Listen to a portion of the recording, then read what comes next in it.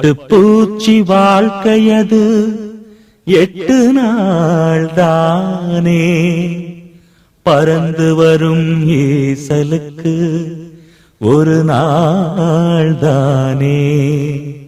அவை பறக்கலையா, சிறகு விரிக்கலையா, வாழ்வை ரசிக்கலையா?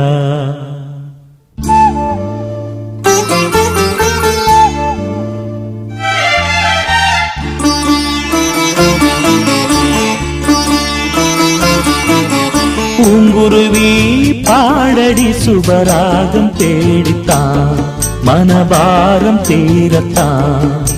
பூங்குருவி பாடடி சுபராகம் தேடித்தான், மனபாரம் தீரத்தான்.